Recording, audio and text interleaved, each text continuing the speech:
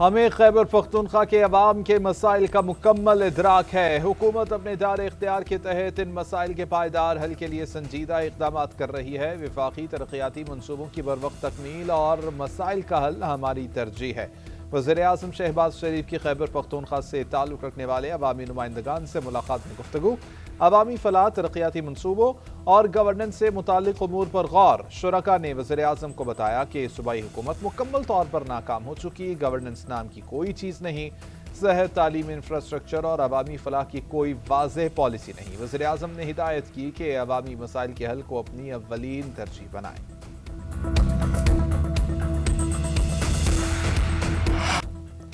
ملک کا دفاع ناقابل تسخیر بنانے کا مشن، پاکستان کا زمین سے فضا میں مار کرنے والے میزائل کا کامیاب تجربہ۔ میزائل نے کامیابی سے ہدف کو نشانہ بنایا۔ ISPR کے مطابق LY-80 میزائل کا تجربہ ورٹیکل لانچنگ سسٹم سے کیا گیا۔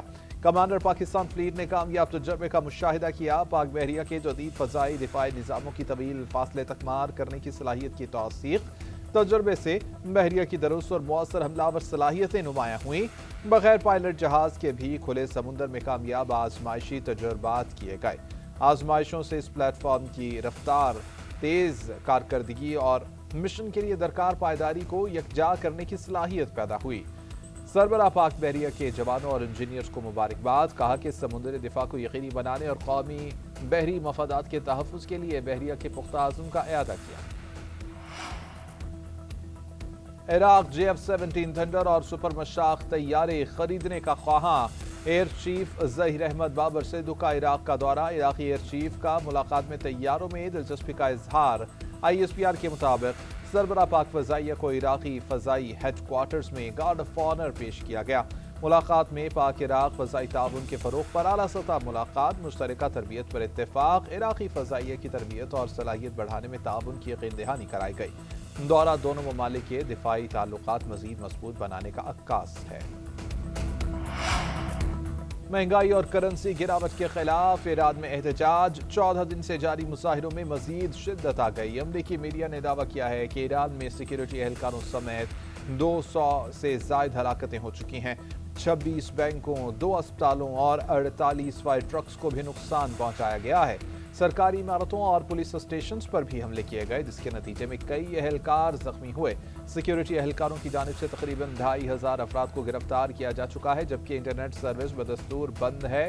انسانی حقوق کے غیر ملکی اداروں کا یہ کہنا ہے کہ ایران کے تمام 31 صوبوں میں 100 سے زائد شہروں میں احتجاج پھیل گیا ہے۔ ترکیہ نے استنبول سے تہران جانے والی تمام 5 پروازیں منسوخ کر دی ہیں۔ مظاہروں میں ہلاکتوں پر امریکہ اور ایران آمنے سامنے۔ امریکی صدر کی سخت کارروائی کی دھمکی، کہا کہ عوام کا قتل عام ہوا تو امریکہ مداخلت کرے گا، اس کا مطلب ایران میں فوج اتارنا نہیں ہے۔ ایرانی سپریم لیڈر آیت اللہ خامنائی کا بھی سخت جواب، بولے کہ امریکی صدر پوری دنیا کے بارے میں تکبر کے ساتھ فیصلے کر رہے ہیں، انہیں جان لینا چاہیے کہ دنیا کے ظالم حکمران غرور کے عروج پر پہنچ کر زوال پذیر ہوئے۔ فرعون، نمرود، رضا پہلوی اور اس جیسے دیگر حکمرانوں نے غرور کے باعث ہی زوال دیکھا، امریکی صدر کا بھی زوال ہوگا۔ ایران جانے والوں کے لیے ٹریول ایڈوائزری جاری، دفتر خارجہ کی ایران میں موجود پاکستانی شہریوں کو محتاط رہنے کی ہدایت، نقل و حرکت محدود رکھنے کا مشورہ، کہا ایران میں مقیم پاکستانی اپنی حفاظت کو اولین ترجیح دیں، صورتحال معمول پر آنے تک سفر مؤخر کر دیں، کسی بھی ہنگامی صورتحال میں پاکستانی سفارتی عملے سے رابطہ کر سکتے ہیں۔ حکومت صورتحال پر مسلسل نظر رکھے ہوئے ہے اور اپنے شہریوں کے تحفظ کے لیے ضروری اقدامات کیے جا رہے ہیں۔ پاکستانی سفارت خانے نے شہریوں کی سہولت کے لیے کرائسس مینجمنٹ یونٹ بھی قائم کر دیا۔ امریکہ کو گرین لینڈ کا مالک ہونا چاہیے تاکہ روس یا چین اس پر قبضہ نہ کر سکیں۔ ہم گرین لینڈ نہیں لیں گے تو آپ کا اگلا پڑوسی روس یا چین ہوگا اور ہم ان دونوں ممالک کو اپنا پڑوسی نہیں بنا سکتے، امریکی صدر ڈونلڈ ٹرمپ نے واضح کر دیا۔ کہتے ہیں ڈنمارک پر ڈیل کرنا چاہیں گے، مختلف پہلوؤں پر غور کیا جا رہا ہے۔ گرین لینڈ کے ساتھ آسان طریقے سے یا سختی سے نمٹا جائے گا۔ وینزویلا سے متعلق بولے کہ امریکہ وینزویلا کے 5 کروڑ بیرل تیل کی فروخت شروع کرے گا۔ روس اور چین امریکہ یا وینزویلا سے تیل خرید سکتے ہیں۔ سرمایہ کاری کرنے والی کمپنیوں کو حفاظتی ضمانتیں دی جائیں گی۔ وینزویلا میں $100 ارب تک سرمایہ کاری پر غور کر رہے ہیں۔ امریکی ریاست مسیسپی کے شہر ویسٹ پوائنٹ میں فائرنگ، 6 افراد ہلاک، پولیس نے فائرنگ کرنے والے کو حراست میں لے لیا۔ فائرنگ شہر میں 3 مقامات پر کی گئی، پولیس کا کہنا ہے کہ فائرنگ واقعات کی تحقیقات جاری ہیں۔ جنوبی وزیرستان میں خارجیوں کا وانا بازار کے قریب بزدلانہ حملہ، جامعہ اشرفیہ کے معتمم مولانا سلطان محمد اور ان کی کم سن بیٹی شہید، دونوں کو وانا میں مدرسے کے قریب گزشتہ روز نشانہ بنایا گیا۔ دہشت گردوں نے IED کے ذریعے حملہ کیا۔ سربراہ JUI مولانا فضل الرحمان کا مولانا سلطان کی شہادت پر اظہار افسوس، کہا خیبر پختونخوا اور بلوچستان میں مسلسل بڑھتی دہشت گردی افسوسناک ہے، ریاست شہریوں کو تحفظ دینے میں مکمل ناکام ہو چکی ہے، واقعے کی تحقیقات کر کے مجرموں کو نشان عبرت بنایا جائے۔ پاکستان علماء کونسل کی بھی واقعے کی مذمت، حافظ طاہر اشرفی کہتے ہیں دہشت گردوں کا دین سے کوئی تعلق نہیں، ملک میں اعتدال پسند سوچ ختم کرنے کے لیے دہشت گردی کر رہے ہیں، پاکستان پر دہشت گردی مسلط کرنے والوں کا ناکامی ہوگی۔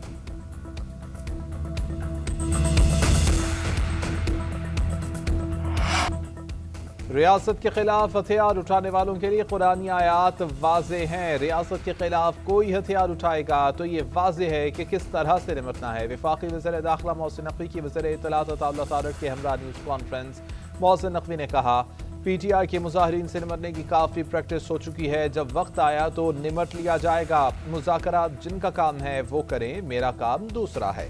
وزیر اعلیٰ خیبر پختونخوا کی کارکردگی سے متعلق ان سے ہی پوچھیں، سہیل آفریدی سے پوچھا جانا چاہیے کہ انہوں نے اپنے افسران کے تحفظ کے لیے کیا کیا۔ وزیر اطلاعات عطا تارڑ کہتے ہیں ملکی معیشت بہتر ہو رہی ہے، تمام معاشی اشاریے مثبت ہیں، تحریک تحفظ عین پاکستان کے رہنما صرف تانگے کی سواریاں ہیں۔ خیبر پختونخوا حکومت صوبائی فنڈز ریلیز نہ کرنے پر وفاقی حکومت کو خط، محکمہ خزانہ نے لکھا کہ مالی سال کے 6 ماہ میں وفاق کی طرف سے فنڈز فراہم نہ کرنے سے خیبر پختونخوا کو شدید مالی دباؤ کا سامنا ہے۔ زم اضلاع کے لیے 292 ارب روپے مختص کیے گئے، مگر 6 ماہ میں صرف 56 ارب جاری کیے گئے۔ وفاق نے 115 ارب کے مقابلے میں اسٹریٹ ٹرانسفرز کی مد میں صرف 19 ارب جاری کیے۔ NFC شیئر میں 76 ارب روپے کم دیے گئے۔ نیٹ ہائیڈل منافع کی مد میں 106 ارب کے مقابلے میں صرف 18 ارب جاری ہوئے۔ محکمہ خزانہ کا کہنا ہے کہ وفاق کی طرف سے فنڈز میں مسلسل کمی سے ترقیاتی سرگرمیاں متاثر ہو رہی ہیں۔ رواں مالی سال کے لیے 157 ارب روپے کا سرپلس ہدف خطرے میں پڑ گیا۔ آصف علی زرداری نے بینظیر بھٹو اور ذوالفقار علی بھٹو کی سیاست کو ختم کر دیا۔ پیپلز پارٹی خود کو آئین اور 18ویں ترمیم کی علمبردار کہتی ہے۔ افسوس کی بات ہے کہ اسی پارٹی نے 26 اور 27ویں ترامیم کے ذریعے آئین کے بنیادی ڈھانچے کو بدل دیا۔ وزیر اعلیٰ خیبر پختونخوا سہیل آفریدی کا جام شوروں میں خطاب، کہا کہ سم میں والہانہ استقبال پر تہہ دل سے شکر گزار ہوں، اسٹریٹ موومنٹ کے لیے ہر جگہ جاؤں گا، عوام اب تبدیلی چاہتے ہیں، حکمرانوں کو مزید برداشت کرنے کو تیار نہیں۔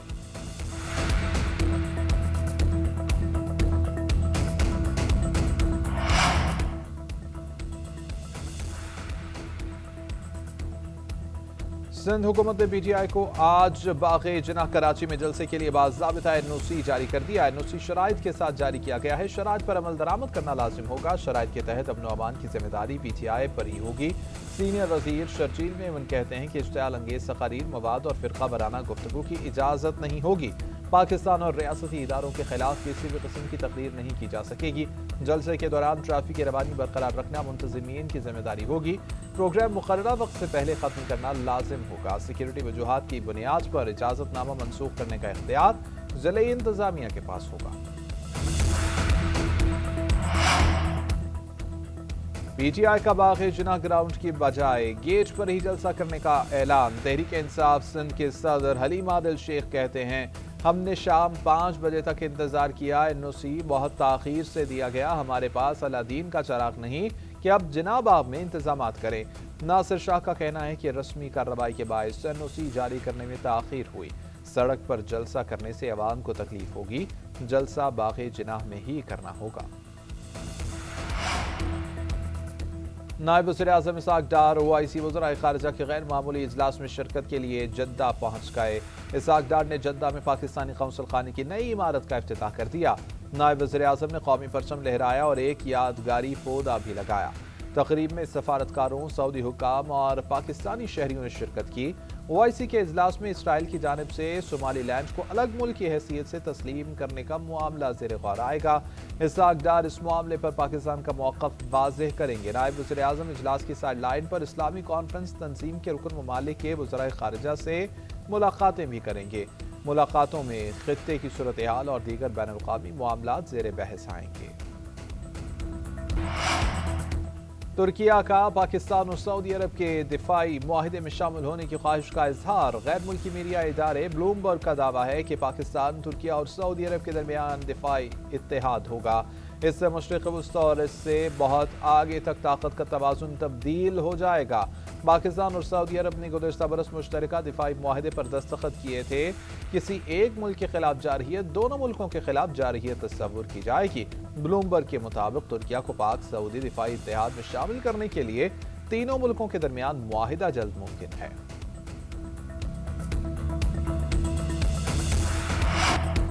پنجاب میں سردیوں کی چھٹیوں میں ایک ہفتے تک کی توسیع کر دی گئی۔ پنجاب کے تعلیمی ادارے 12 کے بجائے 19 جنوری کو کھلیں گے۔ فیصلہ خشک سردی کے پیش نظر طلباء کی صحت کے لیے کیا گیا ہے۔ وزیر تعلیم پنجاب رانا سکندر نے سوشل میڈیا پر والدین کی رائے مانگی۔ 87% نے 19 جنوری کو اسکول کھولنے کی رائے دی۔ 13% نے 12 جنوری کا فیصلہ برقرار رکھنے کا کہا۔ رانا سکندر حیات نے کہا کہ تمام CEOs اپنے اپنے اضلاع میں فیصلے کا نفاذ یقینی بنائیں گے۔ ادھر سندھ میں بھی سردی کے باعث اسکولوں کے اوقات تبدیل۔ تمام نجی اور سرکاری اسکول صبح 8 بجے کے بجائے 9 بجے کھلیں گے۔ چھٹی کا وقت پرانے شیڈول کے مطابق ہی ہوگا۔ اطلاق پیر سے کیا جائے گا۔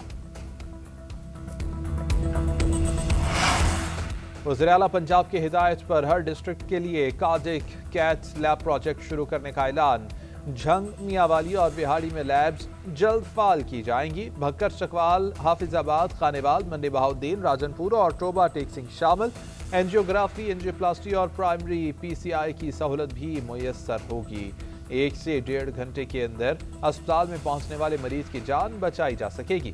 مریم نواز کا کہنا ہے کہ ہر ضلع میں لیب سے امراض قلب کا بہترین علاج ہوگا۔ ایمرجنسی کی صورت میں مریض کی جان بچانا ممکن ہوگا۔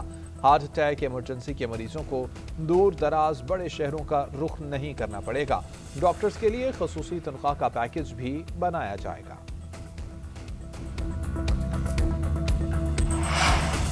اسلام آباد میں پانی کی کمی کو دور کرنے کے لیے نئے ڈیمز بنانے کا فیصلہ۔ جامع منصوبے پر ہنگامی بنیادوں پر عمل درآمد کیا جائے گا۔ CDA اور پنجاب حکومت کے اشتراک سے جڑواں شہروں کے لیے نئے ڈیمز تعمیر ہوں گے۔